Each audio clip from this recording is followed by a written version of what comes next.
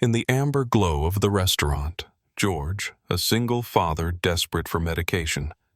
Money stepped inside with a filthy contract ruin, a blind woman's date for cash in hand that very night. All he had to do was humiliate her enough to make her leave.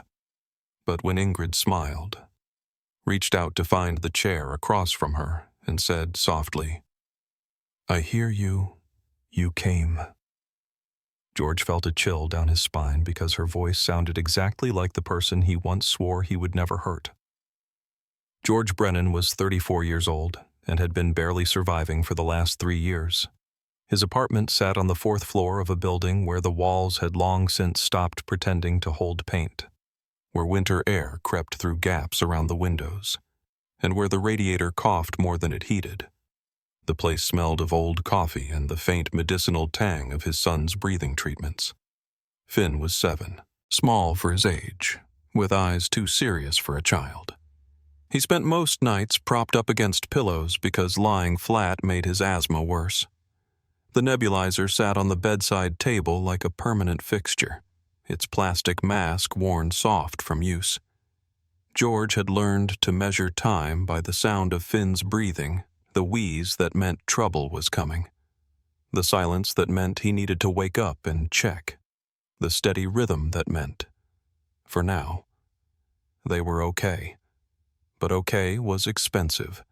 The medication that kept Finn breathing cost more than George made in a week of morning shifts delivering packages and evening shifts washing dishes. The inhaler alone was $140 every 2 weeks. The nebulizer treatments added another $200 a month. The emergency room visits when Finn's breathing got too bad, those were bills George tried not to think about. Numbers that made his stomach turn. He had tried everything. He worked at a distribution center from 5 in the morning until noon, loading trucks in freezing weather and summer heat. Then he caught a bus across town to wash dishes and prep vegetables at a diner until closing, his hands raw from chemicals and hot water. On weekends, he fixed broken appliances for neighbors leaking faucets, dying refrigerators, stubborn washing machines charging just enough to keep them coming back, but never enough to actually get ahead. He slept 4 hours a night if he was lucky, often less. His body ached constantly. His mind felt like it was running on fumes. It still was not enough. The eviction notice had arrived on a Tuesday. 72 hours to pay 3 months of back rent or the landlord would change the locks. George had stared at the paper until the words blurred.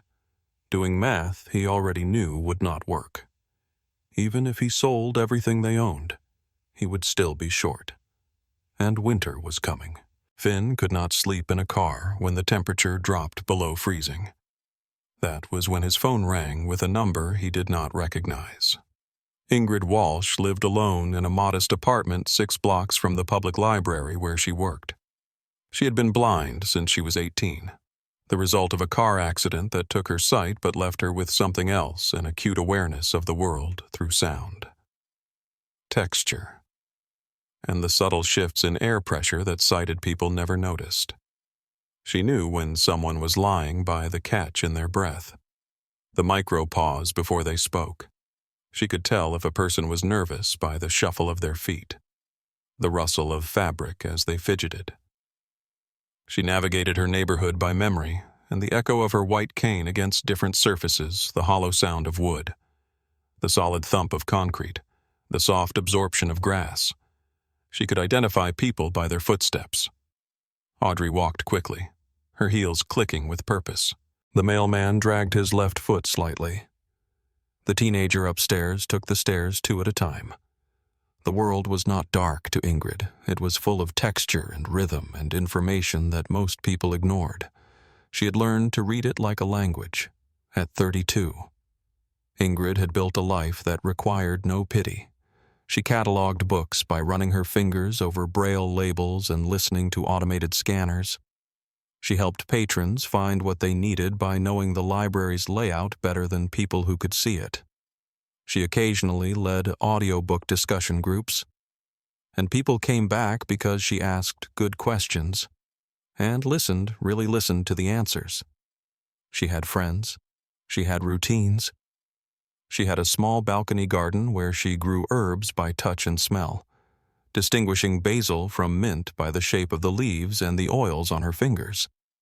What she did not have, and had not allowed herself to want for years, was romance. Every time she had opened that door, someone had walked through it with the wrong intentions, treating her like a charity case. Or worse, a curiosity, a story to tell at parties, a good deed to make themselves feel noble. But tonight was supposed to be different. Her best friend Audrey had set her up with someone from her office, promising he was kind and funny, and had specifically asked to meet Ingrid after hearing about her, for the first time in years. Ingrid had let herself feel hopeful.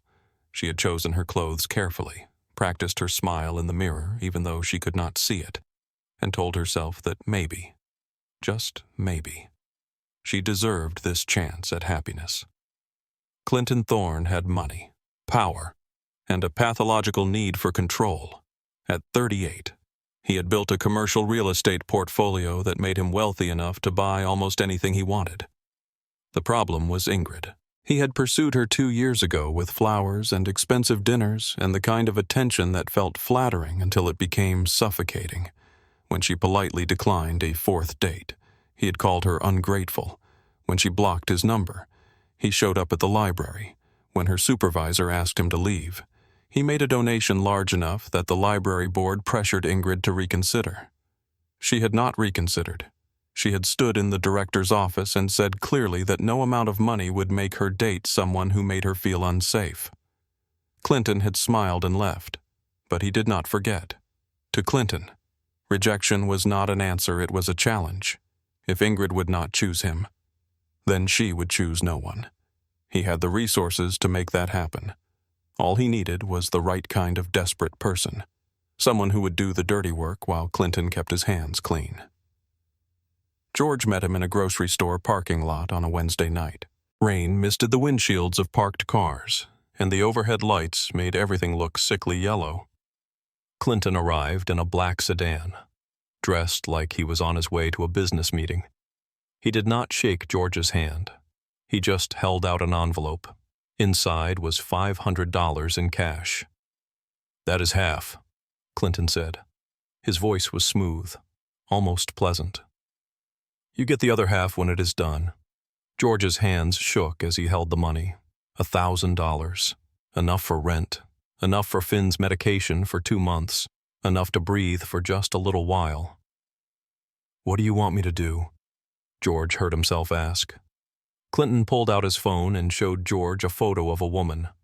She was pretty, with dark hair pulled back and a cautious smile.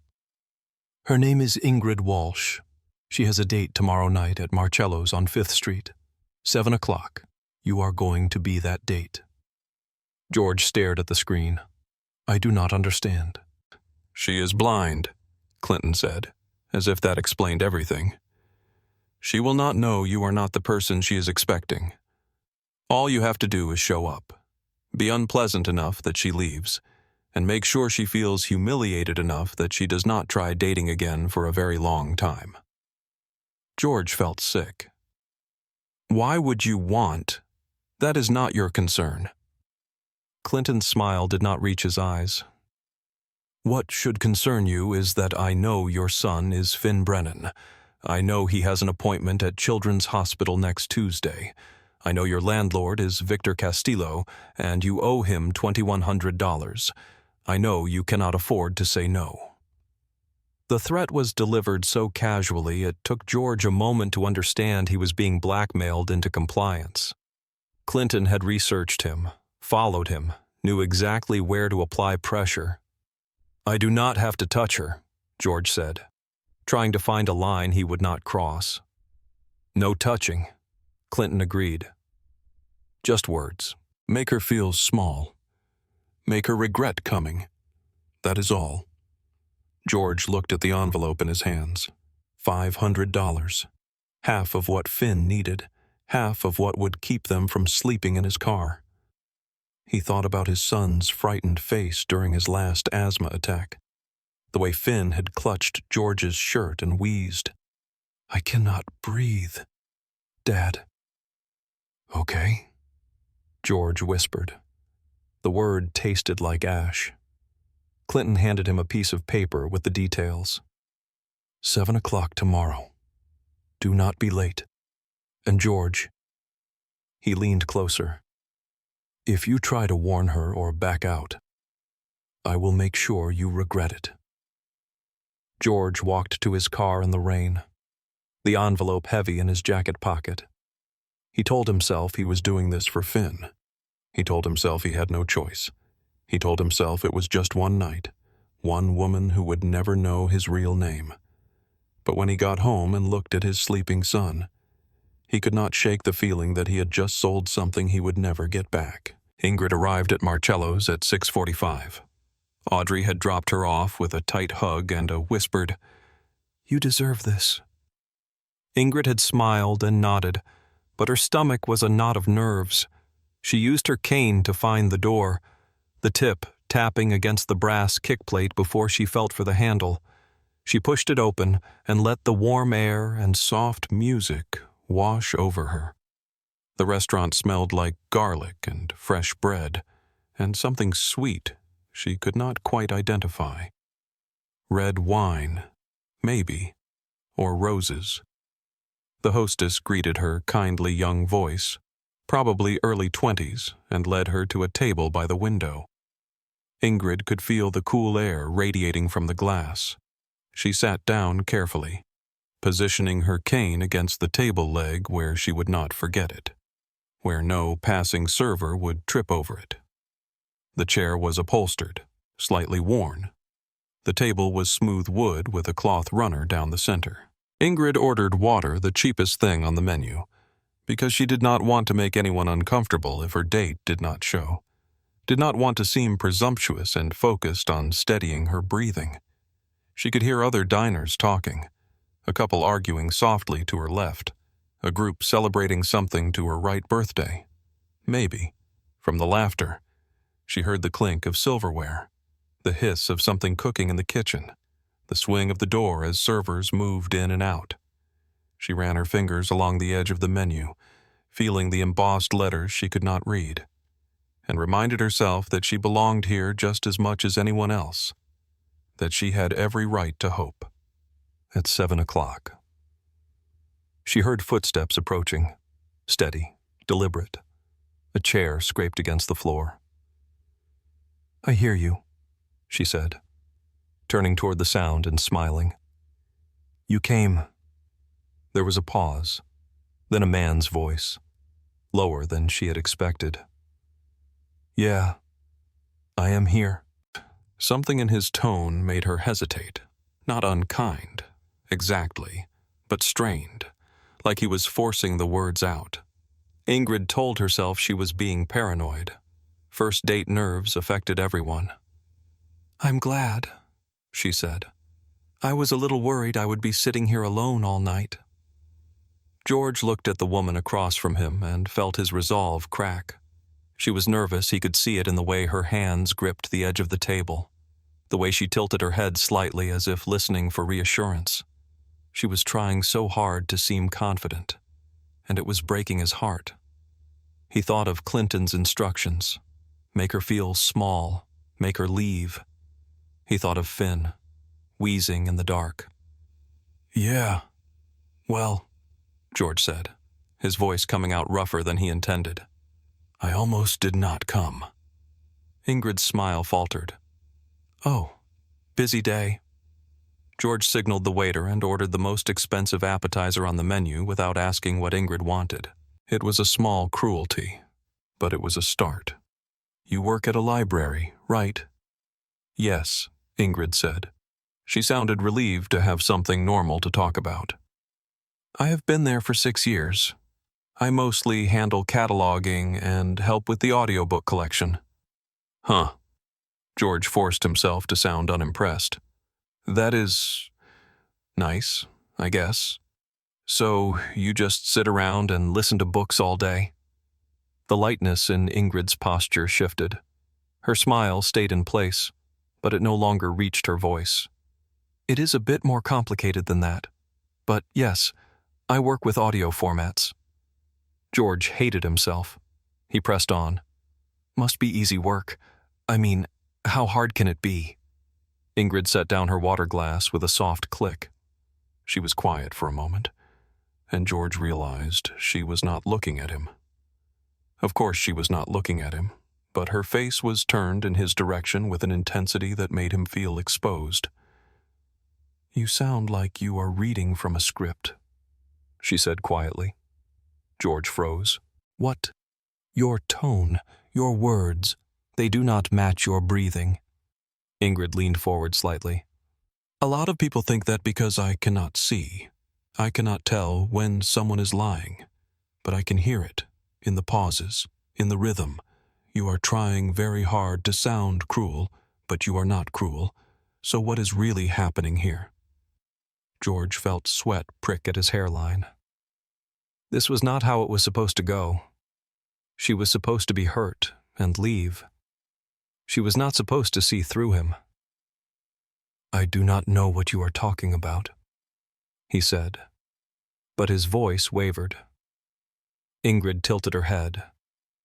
How did you know I work with audiobooks? Specifically, Audrey told you I work at the library. But she would not have mentioned the audio collection.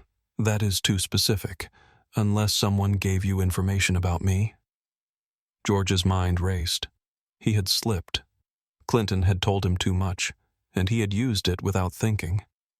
I just assumed. No. Ingrid's voice was gentle, but firm. You knew. Someone told you. She paused, and when she spoke again, there was something fragile in her words. Is this some kind of joke? Did someone pay you to humiliate me? The question hit George like a physical blow. He opened his mouth to deny it, but nothing came out. The silence stretched between them, thick and damning. Ingrid's hands tightened on the table. I prepared myself for rejection, she said softly. I prepared myself for awkwardness or disinterest, or even pity. But I did not prepare for this, for someone to orchestrate my humiliation like it was a game. I am sorry, George whispered. The words escaped before he could stop them. Are you? Ingrid asked. Her voice did not rise. It did not break.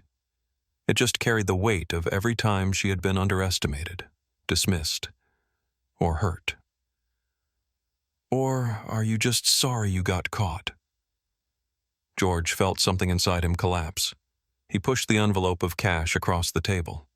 It made a soft sound against the wood. I was paid to ruin your date, to make you feel small enough that you would leave and never try this again. Ingrid sat very still, around them. The restaurant continued laughter at another table, the clink of glasses, the low hum of conversation, but at their table. There was only silence. George watched her face, waiting for anger or tears. But what he saw was something worse. Resignation. Like she had always known this was how it would end. Who? She finally asked. A man named Clinton. Ingrid's jaw tightened. Of course. You know him. He is someone who does not accept no. Ingrid's fingers found the envelope, traced its edges. How much? $1,000. She laughed, but there was no humor in it. I suppose I should be flattered I am worth that much. George wanted to explain about Finn, about the eviction notice, about the impossible choice between hurting a stranger and losing his son. But the words felt like excuses, and excuses would not undo what he had done. Instead, he said the only true thing he could think of. I have a son. He is 7. He has asthma, and I cannot afford his medication. Ingrid went very still. What is his name? Finn. She was quiet for a long moment. When she spoke, her voice was different, softer, but also sharper. How much do you need to save him? George felt his throat close. That is not you do not have to. How much? About $1,500 for the next 2 months of medication and the back rent. Ingrid nodded slowly. Then she said something that shattered George completely. My mother used to say that the hardest thing about being a parent is that you would do anything for your child, even things that make you hate yourself.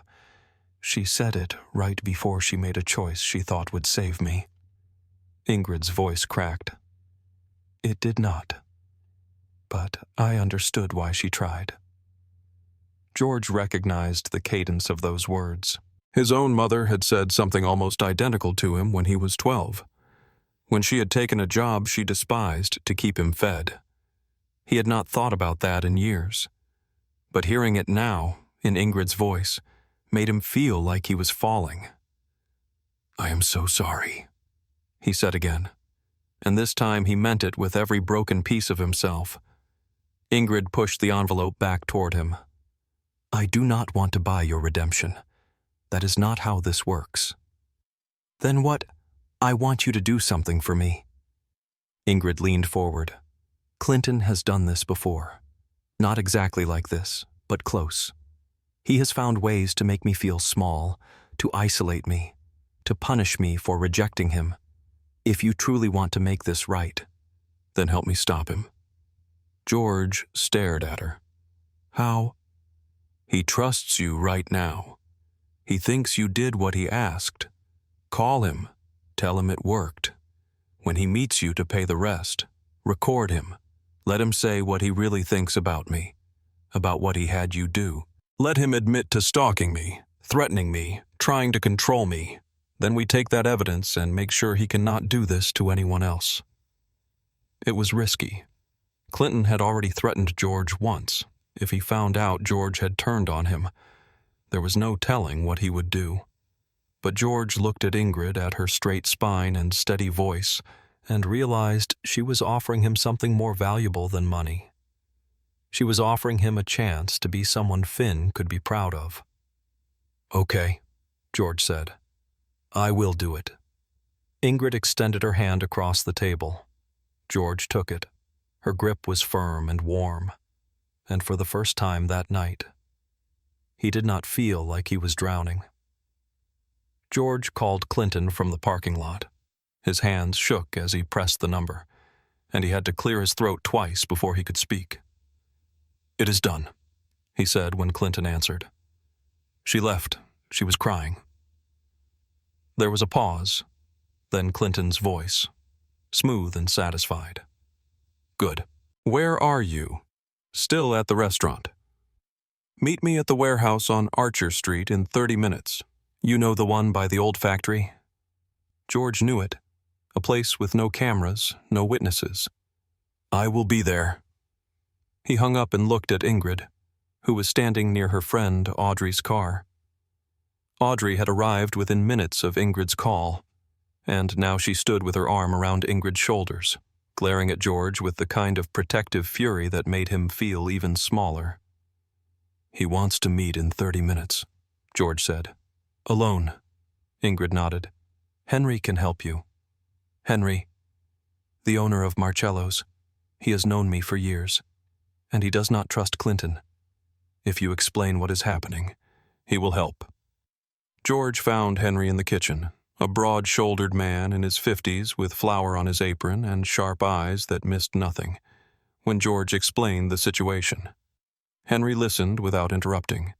Then he handed George his phone. It records video, but you can just keep it in your pocket for audio. I will wait in my car a block away if anything goes wrong. You run. Understood? George nodded. He felt like he was walking toward a cliff, but at least he was not walking alone. The warehouse on Archer Street was exactly as George remembered crumbling brick. Broken windows like missing teeth, and the kind of darkness that felt intentional. Shadows pooled in corners where streetlights could not reach. The air smelled like rust and old rain. Clinton's black sedan was already there, parked under a flickering streetlight that buzzed like an angry insect. George pulled up beside it, his heart hammering so hard he could hear it in his ears, feel it in his throat. Clinton got out of his car with another envelope in his hand. He was smiling that same smooth smile, the kind that never reached his eyes. He looked relaxed, confident, like a man who had never once doubted he would get what he wanted. "I have to admit," Clinton said as he approached, his shoes crunching on gravel, "I was not sure you would go through with it. You seemed hesitant when we first met. Weak. Maybe. But you did it. You surprised me. I am impressed." George forced himself to stay calm, to breathe evenly. Henry's phone was in his jacket pocket, recording. The weight of it felt enormous. He needed Clinton to talk. He needed him to say everything out loud, to confirm what George already knew. "She really was upset," George said. His voice sounded strange to his own ears. "Crying and everything. I thought maybe she would get angry, but she just broke." Clinton's smile widened, and there was something ugly in it, something pleased. "Perfect. That is exactly what I wanted. You know what the best part is? She will blame herself. She will think there is something wrong with her, that she is not worthy, that she is not good enough. She will stop trying. She will curl up in that little apartment and convince herself that she was foolish to think she deserved happiness." He paused, savoring the image. "And every time she thinks about dating again, she will remember tonight, remember how it felt to be humiliated, and she will decide it is not worth the risk." He handed George the envelope. 500 more, as promised. George took it, his stomach churning. "Why do you care so much, I mean? She is just one woman." "Because she said no to me." Clinton's voice hardened. "I gave her every opportunity. I was kind. I was generous. And she threw it back in my face. She humiliated me in front of the library board, made me look like some kind of stalker. So now she gets to feel what that is like. She gets to be humiliated. She gets to know that even when she thinks she has a chance at happiness, I can take it away." George felt cold. "You have been following her." "Of course I have. How else would I know when she had a date?" Clinton shrugged. "I know where she goes, who she talks to, what time she gets home. She thinks she is independent, but she is not. She is vulnerable, and that makes her easy to control." George's hand tightened around the phone in his pocket. "What if she finds out it was you?" "She would not believe it. Who would I am a respected businessman? She is a blind librarian. Even if she tried to accuse me, who would take her seriously?" Clinton's expression turned calculating. "Besides, I have leverage now. I know about you and your son. If she makes trouble, I will make sure everyone knows you were the one who hurt her. I will ruin you." George felt his pulse spike. Clinton had just threatened Finn. That was the line. That was the moment when George stopped being afraid and started being angry. "You would go after my son, if I had to."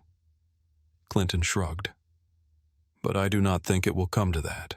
You seem like a smart man. You will keep your mouth shut, take your money, and disappear." George wanted to lunge at him.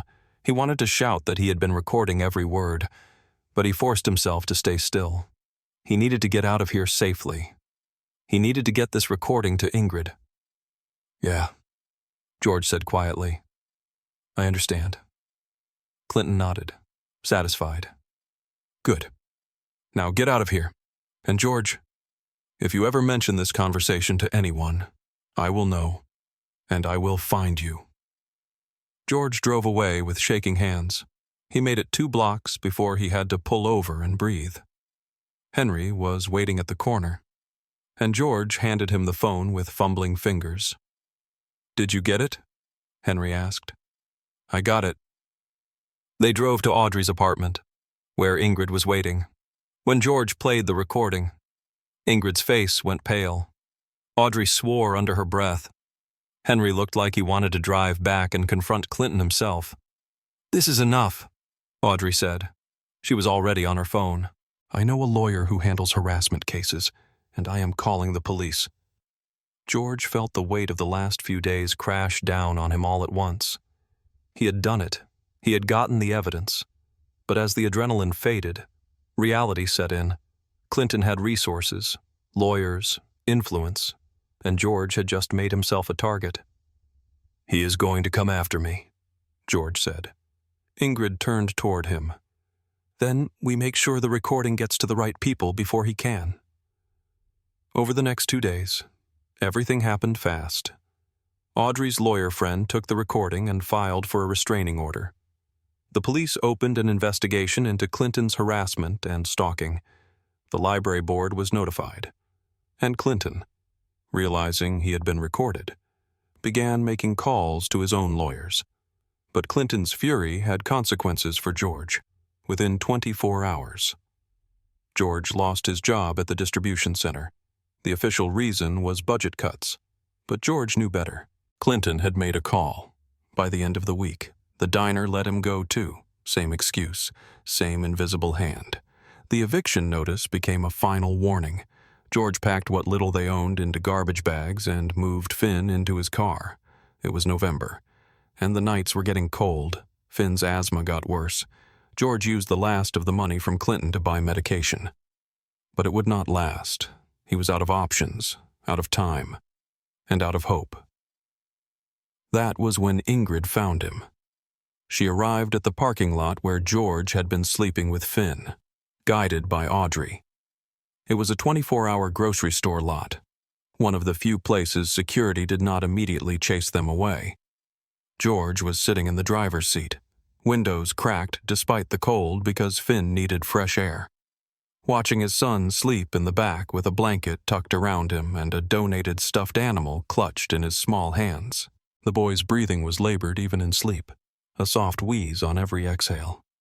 George had been counting the hours until morning, when the free clinic would open and he could beg for another sample of medication. He heard the tap on the window before he saw who it was. For a moment, his body went rigid with fear. Security. Police. Someone coming to tell him he could not park here. But then he recognized Audrey's silhouette, and beside her, Ingrid, her white cane folded in her hand. George rolled down the window. Cold air rushed in, sharp and bitter. "You should not be here," he said quietly, not wanting to wake Finn. "Neither should you," Ingrid said. She held out a piece of paper, and George could see handwriting on it that was not hers, probably Audrey's. "This is the address of a medical assistance fund. They help families with children who have chronic conditions. Audrey called them this morning. They are expecting you tomorrow at 9. George took the paper with numb fingers, his vision blurring. I do not have. "You do not need anything," Ingrid interrupted. "Just show up. They will help you apply. It covers medication, equipment, sometimes even housing assistance for medical necessity." Her voice was firm. No nonsense. The same voice she probably used when helping confused patrons at the library. "I also talked to someone at the community center on Maple Street. They need someone to help with building maintenance, fixing things, keeping the heat running, small repairs. It does not pay much, but it is steady work, and it comes with access to their housing assistance program. They can help you find a place." George stared at her, at this woman he had been paid to humiliate, who was now standing in a freezing parking lot trying to save him. "Why are you doing this after what I did? Why would you help me?" Ingrid smiled, small and sad. "Because you made a terrible choice for a good reason. And when you realized what you had done, you tried to fix it. That matters." "I do not deserve—" "Stop!" Ingrid's voice was sharp. "You do not get to decide what you deserve. You get to decide what you do next. So do it. Take the help. Get your son somewhere safe. Be better." George felt something break open in his chest. "I do not know how to thank you." "You do not thank me. You pay it forward." Ingrid turned to leave, then paused. And George, I meant what I said. You were paid to ruin my life. Now you pay it back by building yours. 3 weeks later, Clinton was formally charged with stalking, harassment, and intimidation. The restraining order was granted. His reputation took a hit that no amount of money could fix. The library board issued a public statement condemning his behavior. He tried to fight it, but the recording was damning, and there were other women who came forward once they knew they were not alone. George moved into a small apartment through the community center's housing program. It was not much one bedroom with a kitchenette and a radiator that actually worked, but it was warm, and it was theirs. Finn's medication was covered by the assistance fund. George's new job was honest work. He was not rich, but he could breathe. On a Sunday afternoon in early December, George took Finn to the park. The boy was bundled in a coat 2 sizes too big, donated by someone at the community center, and his cheeks were pink from the cold air. He was laughing, running toward the swings, and George felt his heart squeeze. "Dad, push me," Finn called. George jogged over and gave the swing a gentle push. Finn shrieked with delight, his laughter bright and clear. That was when George saw Ingrid. She was sitting on a bench with Audrey, her white cane resting against her knee. She was smiling at something Audrey had said, and there was a lightness to her that had not been there the night they met. George walked over, Finn trailing behind him. "Hi." Ingrid turned her head toward his voice. "George, and this must be Finn." "Hi," Finn said shyly. Ingrid smiled. "Hi, Finn. I hear you like swings." "They are the best," Finn said seriously. Audrey stood. "I'm going to get coffee. Finn, you want hot chocolate?" Finn looked at George, who nodded. "Say thank you." "Thank you." Finn ran off with Audrey, leaving George and Ingrid alone. George sat down on the bench beside her. "I have been meaning to come by and thank you properly." "You do not need to. I do." George looked at his hands. "You gave me more than help. You gave me a chance to be the kind of father Finn deserves." Ingrid was quiet for a moment. Then she said, "Do you know what I have learned from all of this?" "What?" "That sometimes the worst moments bring out the truth in people. Not the version they want to show, but who they really are. And you, George Brennan, are someone who made a terrible mistake and then spent every moment since trying to make it right. That is not nothing." George felt his throat tighten. "I was paid to ruin your life." Ingrid reached over and found his hand. Her grip was warm and steady. "And now you are going to pay it back by building it. Yours and mine. One honest choice at a time." They sat in silence, watching the winter sunlight filter through the bare trees. Finn's laughter carried across the park, bright and free, and for the first time in longer than George could remember. The future did not feel like something to survive. It felt like something to build.